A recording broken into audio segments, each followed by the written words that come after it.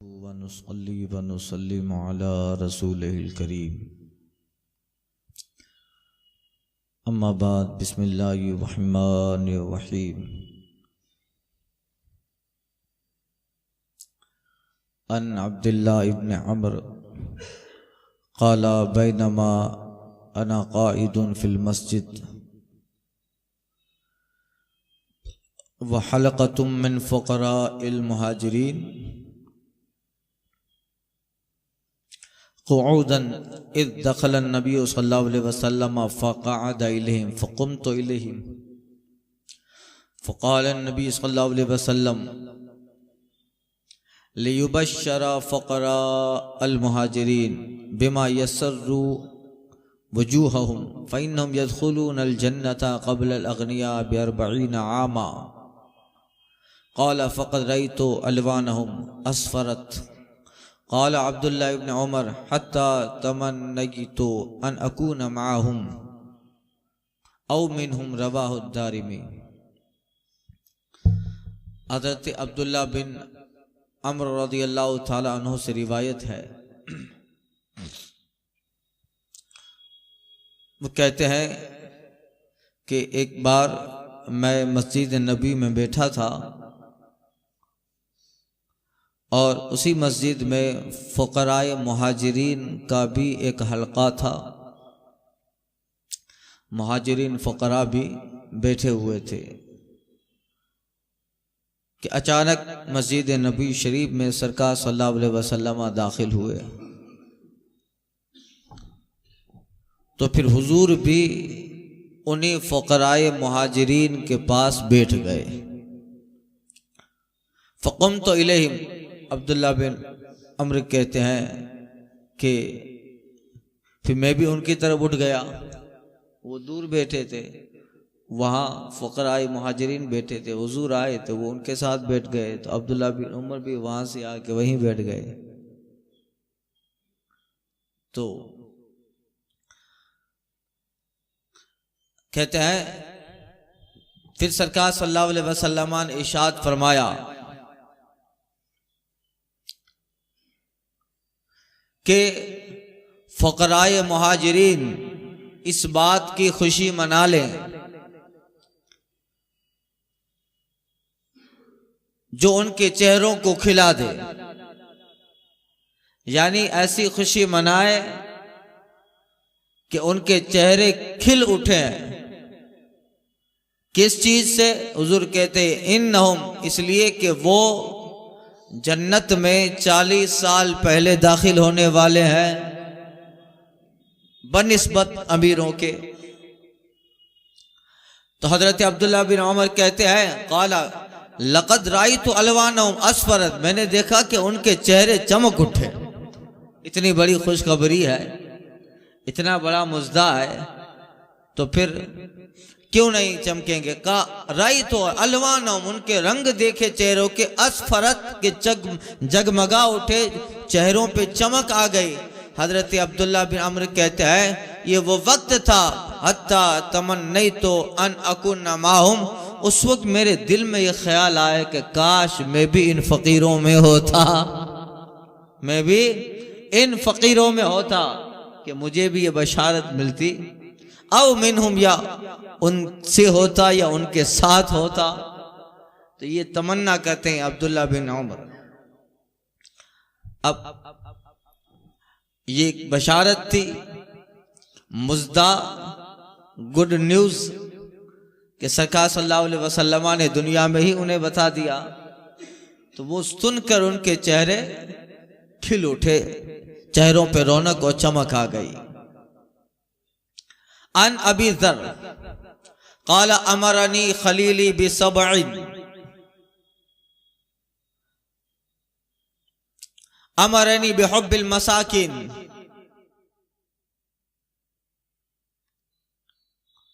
वद्दुनव मिनहुम व अमरनी अन अंजुरा इला मन होवा दूनी वला अंजुरो इला मन हुवा फौकी व अमरनी अन असील रहमा व अन इन अदबरत अमरनी अन ला अस्अल अहदन शैआ व अमरनी अन अक़ूल बिल हक़ व इन काना मुर्रा व अमरनी अन ला अख़ाफ़ु फिल्लाह लौमत लाइम व अमरनी अन उक्तिरा मिन क़ौल ला हौला वला क़ुव्वता इल्ला बिल्लाह फ़इन्नहुन्ना मिन कंज़ तहतिल अर्श रवाहु अहमद। सुभान अल्लाह। तो कहो। अब हजरत अबू ज़र गफ़ारी रज़ी अल्लाह ताला अन्हु रिवायत करते हैं कि मुझे मेरे महबूब ने 7 चीज़ों का हुक्म दिया। अब बात अहादीस में होता है कि अमरनी नबी, मुझे नबी सल्लल्लाहु अलैहि वसल्लम ने हुक्म दिया। अमरनी रसूलुल्लाह, मुझे रसूलुल्लाह सल्लल्लाहु अलैहि वसल्लम ने हुक्म दिया। ये हजरत अबू ज़र गफ़ारी का कमाल ईमान और कमाल मोहब्बत है कि वो कहते अमरनी खलीली, मुझे मेरे महबूब ने हुक्म दिया। यानी ये हुक्म बोझ नहीं था। इनके जुमले बता रहे हैं कि भले हुक्म कैसा भी था मगर महबूब ने दिया है तो फिर उसका अंदाजा लगे। वरना आदमी जब किसी के हुक्म की बात करेगा तो फिर उसका नाम लेगा कि फुला ने ऐसा कहा, ऐसा हुक्म दिया है। मगर हजरत अबू ज़र गफ़ारी कहते हैं कि मेरे महबूब ने हुक्म दिया, यानी इस पे खुश हो रहे हैं, तड़प रहे हैं, इजहार कर रहे हैं मेरे महबूब ने मुझे कहा है। तो फिर कुछ भी कहा हो, अगर दरिया में कूदने का भी कहा हो तो गम नहीं है, इसलिए कि कहने वाला महबूब है। मेरी तरफ उन्होंने चेहरा करके कुछ कहा तो सही। तो ये मोहब्बत होती है कि जब हुक्म देंगे सरकार तो कहेंगे ना तुम करो, तो हुजूर का चेहरा तो उधर होगा, हुजूर देखेंगे तो सही। तो ये मोहब्बत होती है। लोग कहते हैं मोहब्बत करने वाले अगर बहुत दूर होते हैं तो फिर जब हिजर की घड़ियां होती है, फुरकत की घड़ियां होती है और मुहिब अपने महबूब से दूर है, तो कहीं पढ़ा था कि एक आशिक किसी भी वजह से अपने महबूब से, अपने महबूबा से मिल नहीं पाता था, तो अपने दिल की तस्कीन किस तरह निकालता था। वो अपने महबूबा से कह दिया था कि जब शाम हो और रात तारीक हो जाए और चांद जब दिखने लगे तो तू चांद को देखना। और यहाँ उसका मुहिब चांद को देख रहा था और दिल को तस्कीन देख रहा है कि मैं जिस चांद को देख रहा हूं मेरा महबूब भी उसे देख रहा है। तो ये दिल को तस्कीन दे रहा है कि चांद एक ही है, इसे मेरा महबूब भी देख रहा है, मैं भी देख रहा हूं। ये दिल को मोहब्बत के लिए तस्कीन दे रहा है। अब कमाल ईमान जिनका होता है और सरकार की बारगाह के जो बहुत नवाजे हुए हैं और मोहब्बत सरकार सल्लल्लाहु अलैहि वसल्लम की इस दर्जा है कि फिर उनकी सहाबा की तो मिसालें दी जाती है। बताए, मैं अक्सर कहता हूँ अहादीस में आया है कि रसूल पाक सल्लल्लाहु अलैहि वसल्लम के दाढ़ी शरीफ में कितने बाल सफेद थे सहाबा को मालूम था। 19 बाल कुल सरकार के सफेद हुए थे। कुछ सरे पाक में, कुछ दाढ़ी शरीफ में, एक बाल बच्ची शरीफ में। ये होंठ के नीचे जो बाल है उर्दू में उसको बच्ची बोलते हैं। तो भारी शरीयत का मसला है, बच्ची के अगल बगल के बाल काटना मकरूह है।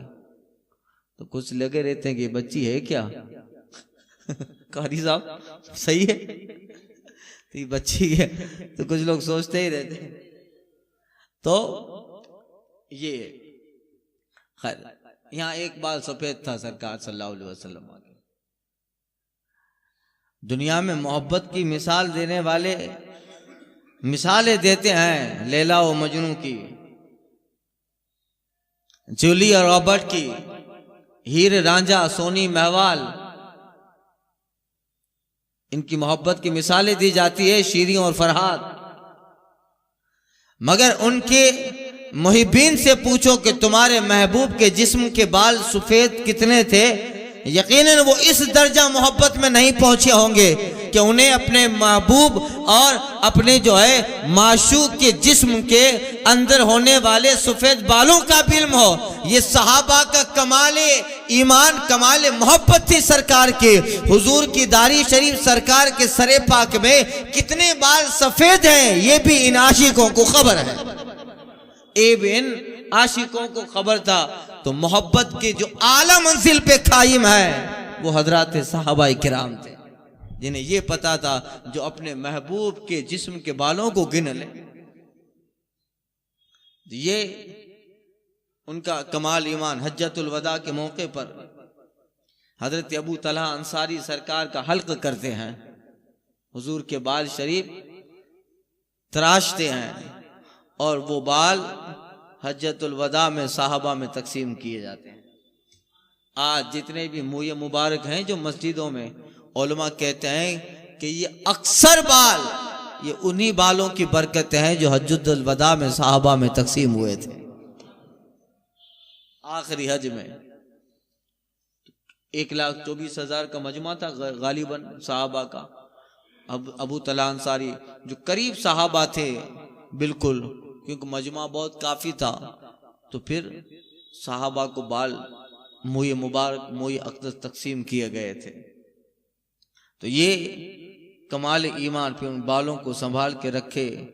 और आज उम्मत में ये बाल सरकार के मुँह मुबारक, और फिर वो ऐसे बाकरामत हैं कि उन बालों में भी शाखें निकलती हैं, गुच्छा हो जाता है। तो खैर बात आई अमरनी। हजरत अबू ज़र गफ़ारी कहते हैं अमरनी खलील भी सबइन, मुझे आका सल्लल्लाहु अलैहि वसल्लम ने 7 चीजों का हुक्म फरमाया। मेरे महबूब ने मुझे 7 चीजों का हुक्म फरमाया। अमरनी बिहुब्बिल मसाकिन, मुझे मिस्किनों से मोहब्बत का हुक्म दिया, गरीबों से मोहब्बत, मिस्किनों से मोहब्बत।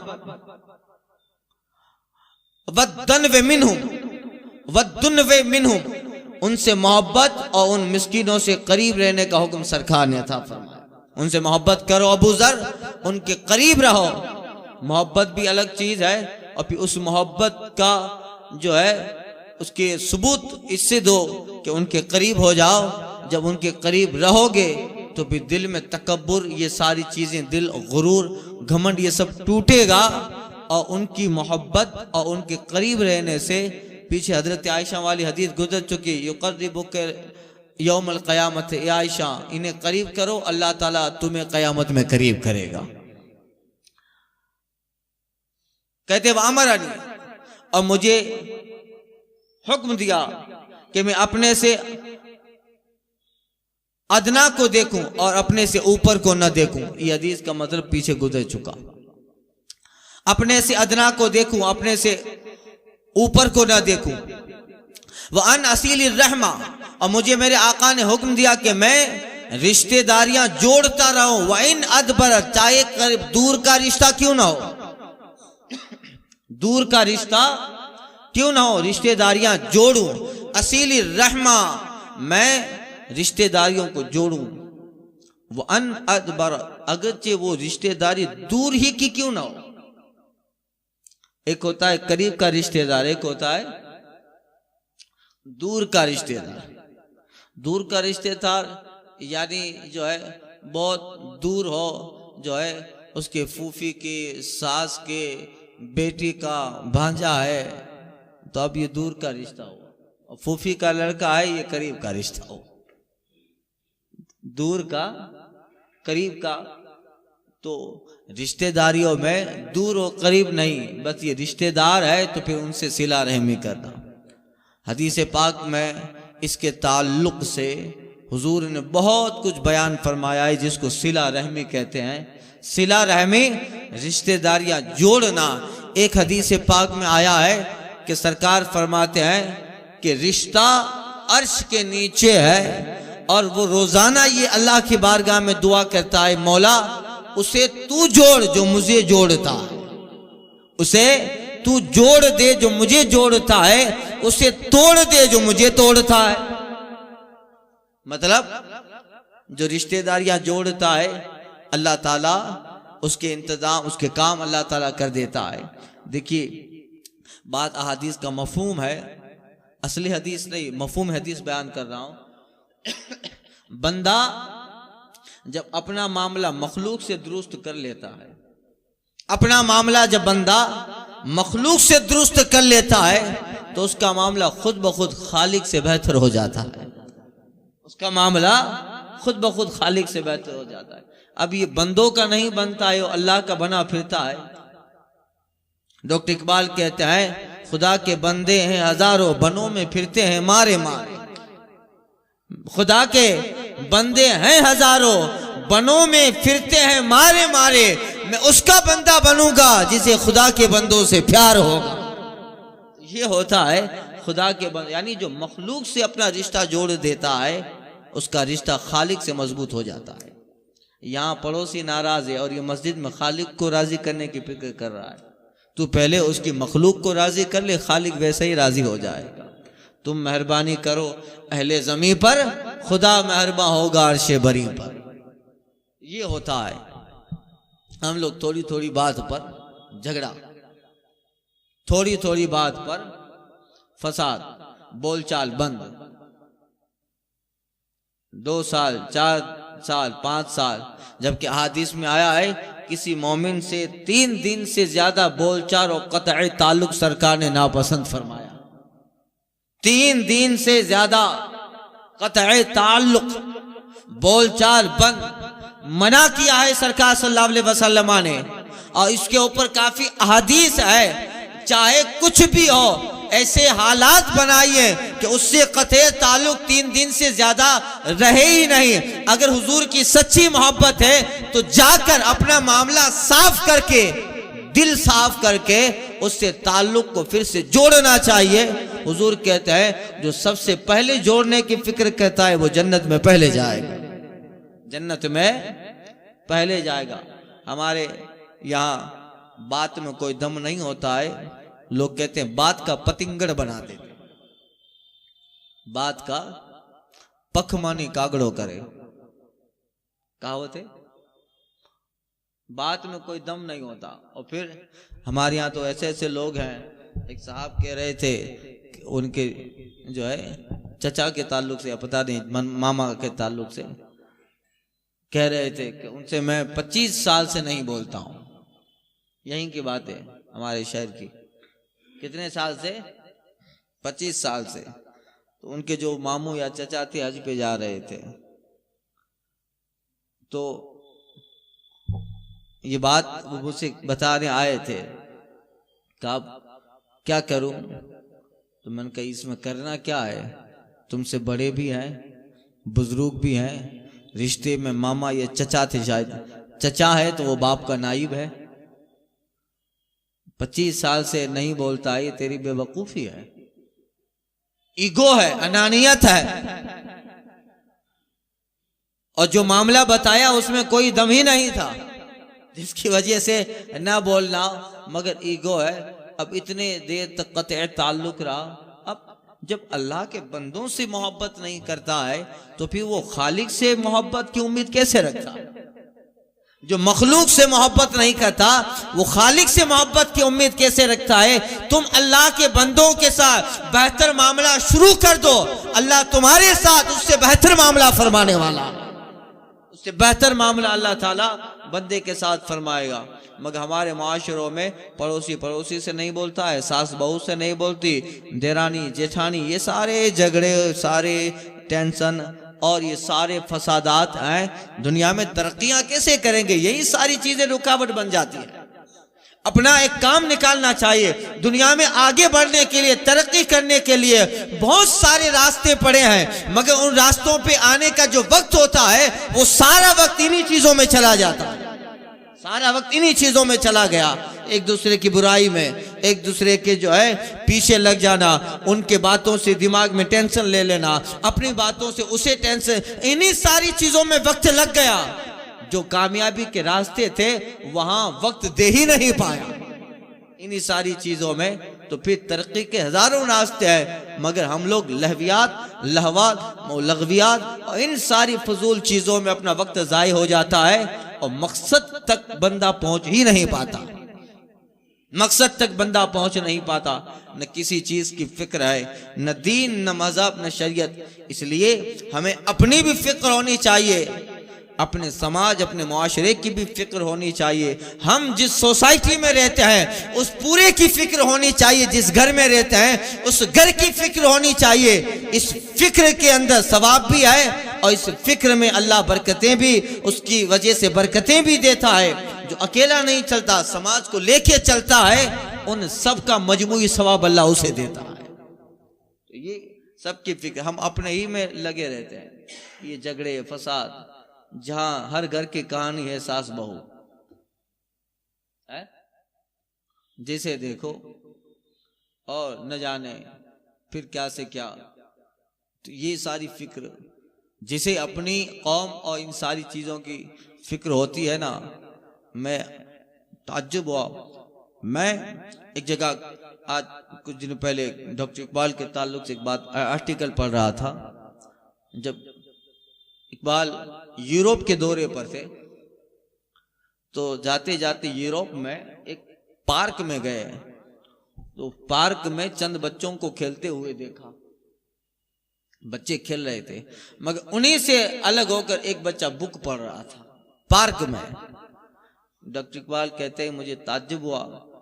मैंने उस बच्चे से पूछा, बेटा ये तेरे साथी खेल रहे हैं, तुझे खेलना नहीं है?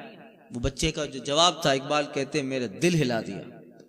उसने कहा कि आने वाले हम लोग दुनिया में मुट्ठी भर हैं, मुट्ठी भर हैं। अगर मैं भी इनकी तरह खेल में लग जाऊं तो मेरी कौम को बचाएगा कौन? मेरी कौम को कौन बचाएगा? डॉक्टर इकबाल कहते हैं कि इसके जवाब ने कि अभी से ये कितनी फिक्र कर रहा है आगे अपने कौम, अपने समाज, अपने मुआशरे और अपनी जो है कौमियत को बचाने का हौसला कैसा है। वो कहते हैं कि इसके जवाब ने, छोटे बच्चे के जवाब ने मेरा ज़हनो फिक्र पे एक जो है इनकलाब, एक असर डाल दिया। कहते हैं फिर जब मैंने उसको पूछा कि तू किस कौम से है, तो उसका जवाब मुझे और ज्यादा हैरत में डाल देता है। कहा बेटा तेरी कौम कौन सी है? वो कहता है मैं यहूदी हूं। क्या कहा? मैं यहूदी हूं। इकबाल कहते हैं मुझे पसीना आने लगा। ये मुट्ठी भर है, मगर इस कौम का एक बच्चा कह रहा है कि अगर मैं भी खेल में लग जाऊंगा तो मेरी कौम को बचाएगा कौन? इकबाल कहते हैं जिस शाहीन को मैं कौम मुसलमान में तलाश कर रहा हूं वो तो यहूदियों में पल रहा है। जो शाहीन मैं मुसलमानों में तलाश कर रहा हूं, जिस शाहीन का ख्वाब मैं कौम मुस्लिम में देख रहा हूं, वो इकाब, वो शाहीन तो यहूदियों के यहां पल रहा है। इनको तरक्की से कोई नहीं रोक पाए। हमें ये सारी फिक्र है? नहीं फिक्र है। हमें खुद अपने बच्चों, अपनी फिक्र नहीं है, कौम की फिक्र क्या होगी, हमारे मुआशरे की फिक्र क्या होगी, हमारे समाज की फिक्र क्या होगी। हमें अपने बच्चे की फिक्र नहीं होती है तो कौम की फिक्र, दीन की फिक्र कैसे आए? ये सारी चीजें हैं। एक छोटा सा बच्चा कह रहा है अगर मैं भी खेल में लग जाऊंगा तो मेरी कौम को बचाएगा कौन? हिला देने वाला वाकया है अगर आप गौर से देखो तो। मैं मुट्ठी भर हम लोग हैं, अगर मैं भी खेल में लग जाऊं तो मुझे कौन बचाएगा? मेरी कौम को बचाएगा कौन? इकबाल ने फौरन बजस्ता उसमें लिखा है, अपने तासुरात किए है का मुझे उस वाक़ई हिला दिया। मैं जिस शाहीन का ख्वाब मुसलमानों में देख रहा हूं वो तो यहूदियों में परवरिश पा रहा है। तो ये है, इसलिए हम लोग इन सारी चीजों में लग गए, मकसद छोड़ दिया है। झगड़े फसाद, ये वो, घर में ना इत्तेफाकिया, बैर, दुश्मनियां, एक दूसरे से दूर रहना और बहुत छोटी छोटी बातों के लिए किसी के गाली दे देना, तलवार निकाल लेना, इन सारी चीजों में लग गए, मकसद को समझ ही ना पाया। और यही तो दुश्मन चाहते हैं कि हमें इन लग़वियात में लगा दिया जाए, मकसद की तरफ हमारा ध्यान ही ना आए। तो यही है वो अमरनी। इसलिए एक कड़ी है सिला रहमी इसकी, रिश्तेदारियां जोड़ो। रिश्तेदारियां जोड़ने से एक मुत्तहिद परिवार, एक मुत्तहिद मुआशरा बनता, जिसको कहते हैं यूनाइटेड नेशन, मुत्तहिद कौम, मुत्तहिद कौम, यूनाइटेड नेशंस, मुत्तहिद अक़वाम। मतलब अब हर कोई एक दूसरे से अलग है तो वो इत्तिहाद नहीं बनेगा। जब सब एक दूसरे से जुड़े हैं, इत्तिहाद बनेगा, सबके अंदर यगानकत आएगी। The power in the strength, अंग्रेजी में कहावत है, इत्तिहादी में ताकत है, इत्तिहाद में ताकत है। लिहाजा ये सारी चीजों को मद्देनजर रखते हुए हुजूर ने रग़बत दिलाई। अमरनी अन असील रहमा, हुजूर कहते हैं मुझे, हजरत अबू ज़र गफ़ारी कहते हैं मुझे आका ने हुक्म दिया मैं रिश्तेदारियां को जोड़ूं। वन अदबरत, अगरचे दूर का रिश्ता हो, दूर का रिश्ता हो, मेरी सास के, बहन के, फूफी के, भाई के, भतीजे के, आखिर तक चले जाओ, वो कुछ भी हो उसको मैं जोड़ूं कि ये भी रिश्तेदारी में आता है। अमरानी अल्लाह असअला अहदन शैआ, और मुझे मेरे आका ने हुक्म दिया कि कभी किसी चीज, किसी शख्स से कोई चीज तलब ना करूं, किसी का सवाल ना करूं। बात बात में सवाल करना, बात बात में किसी से मांग लेना, सवाल ना करूं। अमरनी अन अक़ूल बिल हक़ व इन काना मुर्रा, और मुझे मेरे आका मेरे महबूब ने हुक्म दिया कि मैं सच बात कहूं अगरचे कड़वी हो, अगरचे कड़वी हो। किसी को अच्छा लगे ना लगे, मुझे जो काम करना है वो सच बात कहना है, मुझे जो कहना है सच बात कहना है। अमरनी अन अक़ूल बिल हक़ व इन काना मुर्रा, मुझे मेरे महबूब ने हुक्म दिया कि मैं हक बात कहूं, सच्ची बात कहूं अगरचे कड़वी हो। चाहे किसी को अच्छे लगे न लगे, मगर मुझे सच कहना है। किसी को खुश करने के लिए गलत बात कह देना, तो ये सच बात कहो। अमरनी अल्लाह अखाफ फिल्लाह लौमत लाइम, और कहते हैं अल्लाह के मामले में मैं किसी भी मलामत करने वाले की मलामत का खौफ न करूं। कोई कुछ भी कहे, मैं दीन का काम करूंगा, अल्लाह ने जो हुक्म दिया है उसी हुक्म पे अमल करना है और सच बात लोगों तक पहुंचानी है। इस बारे में कोई आदमी मेरी मलामत करता है, मुझे गालियां देता है, उसकी कोई फिक्र नहीं है। ला अखाफ फिल्लाह लौमत लाइम, अल्लाह के मामले में किसी भी मलामत करने वाले का खौफ नहीं है।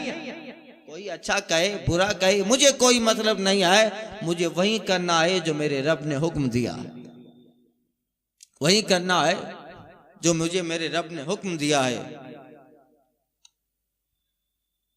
अमरनी अन उक्तिरा मिन कौल, और मुझे हुक्म दिया कि मैं ज्यादा कहता रहूं ला हौला वला कुव्वता इल्ला बिल्लाहिल अलील अज़ीम।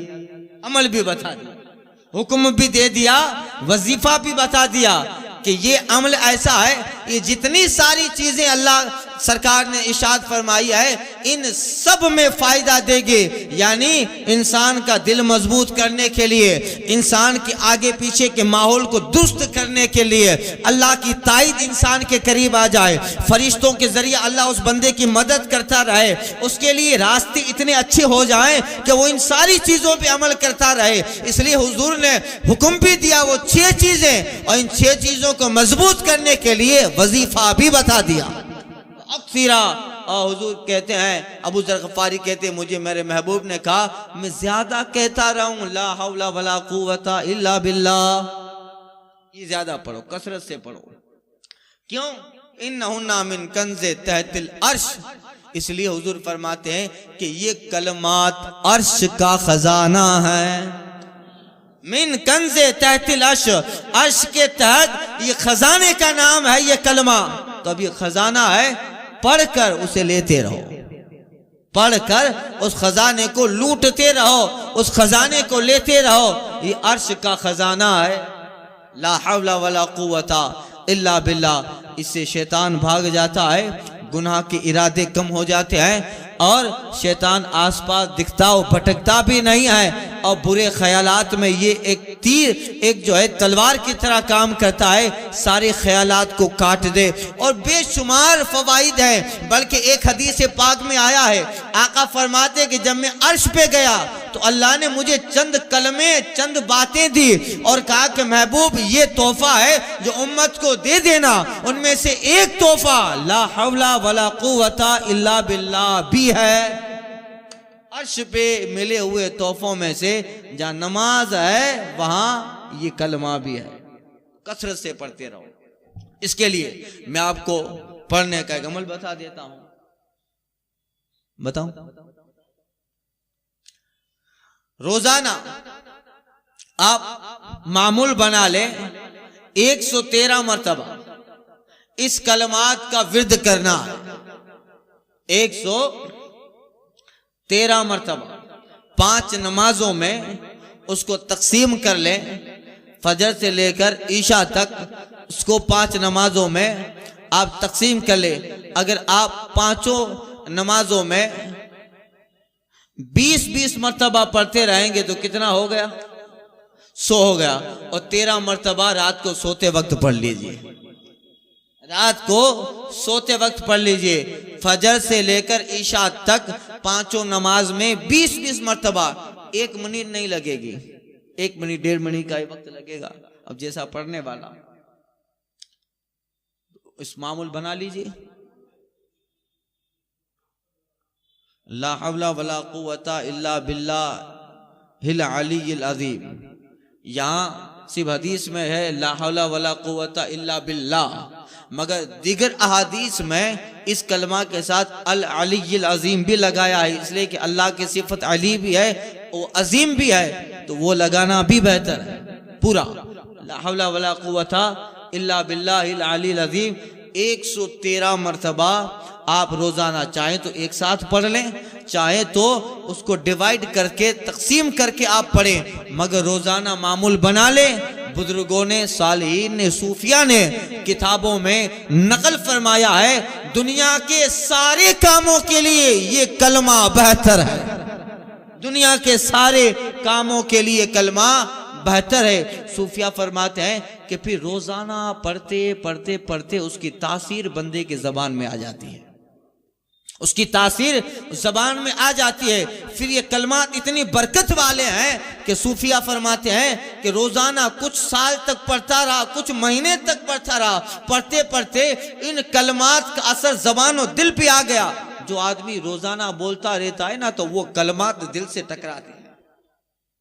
आज तो साइंस भी ये कह रही है दिल से टकराते हैं, तो फिर दिल जो होता है ना उन कलमात को सुनने का आदी बन जाता है, आदी बन जाता है। फिर सूफिया किराम के वाकयात देखो, जबान बंद होती है मगर दिल कलमा पढ़ रहा है।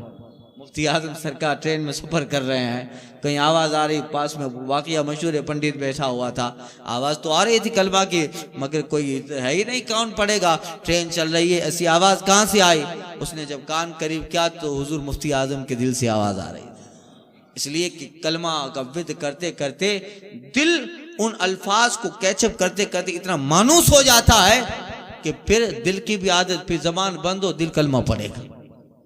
तो ये तो अगर उलमा सूफिया कहते हैं कुछ महीने या कुछ साल तक सिद्क दिल से इन कलमात का विर्द होता रहा तो फिर अल्लाह जबान और कल्ब में इनकी तासीर डाल देगा।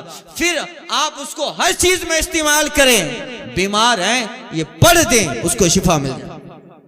बीमार हैं इसे पढ़ दें। किसी को कुछ कहना है उसको यही कलमा पढ़ दो आप, ला हौला वला कुव्वता इल्ला बिल्लाहिल अलील अज़ीम। ये कलमा पढ़ के कहो जा तेरा काम हो जाएगा, अल्लाह काम कर देगा। तो ये कलमात की तासीर जात में आ जाती है, तो फिर उसका जो है बहुत सारा बेनिफिट मिलता है। तो आप ये मामूल बना ले। अल्लाह ताला हुस्न तौफीक अता फरमाए और इन सारी चीजों पे अल्लाह ताला